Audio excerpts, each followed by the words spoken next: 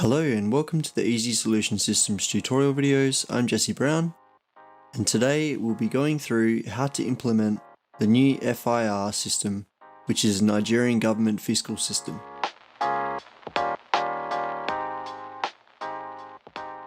First thing we need to do is to go to the ATRS website here and go through and read this page. Then you'll need to go to the FIRS page to register your business. Once you do that, a few hours after registration, the Nigerian government will send you the information you need to use inside Retailman. Once that is done, we can start doing the setup.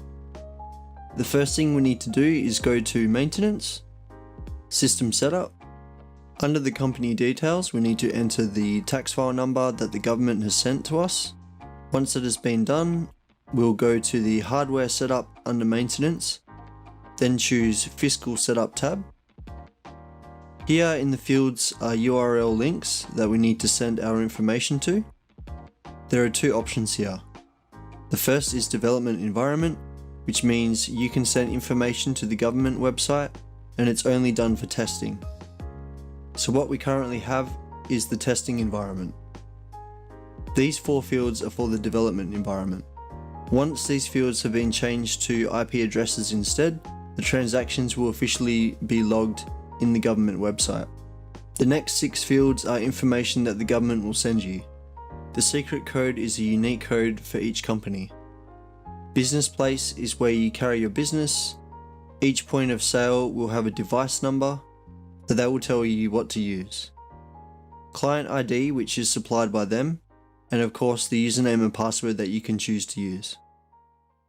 Once we've done that, we then need to go to System Setup again. Payments tab. Here the payments start with a certain letter. So for cash it has to start with C. For bank transfer it has to start with T.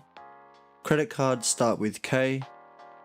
Debit cards start with D. And all other payments start with O. So now you need to arrange these letters for the system to work. The next and final setup step is to go to the POS tab and choose the file that you want to print that is compatible with the FIR system. This is the POSQ.FRX.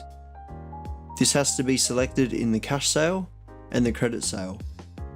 You can also use the POSQ, which is in the invoices section under the sales tab. Or if you wanted to use the standard format like A4 or letter, you can use the invoice.frx. Once we've done that, we go to save. From here we can process the sales from the POS screen or invoices. Let's say we do a sale and we go to pay and we pay by cash. We then print or save. The system will then go out and contact the government sellers, send the information you've just entered, and it will expect a return answer. If the sale has been approved, it will send back a unique identifier which is called UID. Retailman creates something called SID, which is a security identifier. The government servers will send back a UID. With these two IDs you can continue to print a receipt. If your internet is down or you have an error inside your sale, the system will still generate an SID that you can use to print the QR code. But the government will require you to verify that sale within 48 hours from issuing it. So let's do a sale.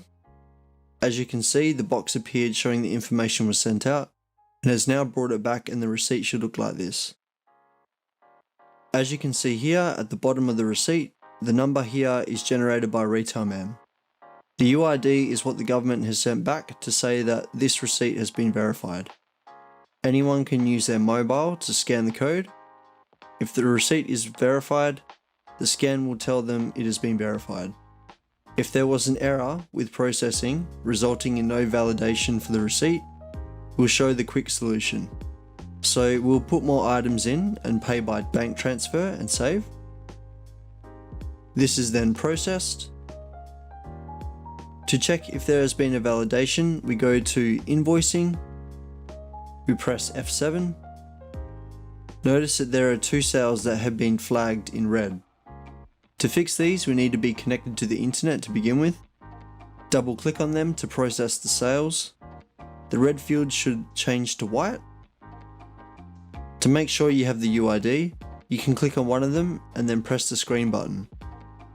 As you can see here, the UID has been brought back from the government server and the invoice has been validated. I hope this video has been helpful and we hope to see you again soon. Thank you. Bye.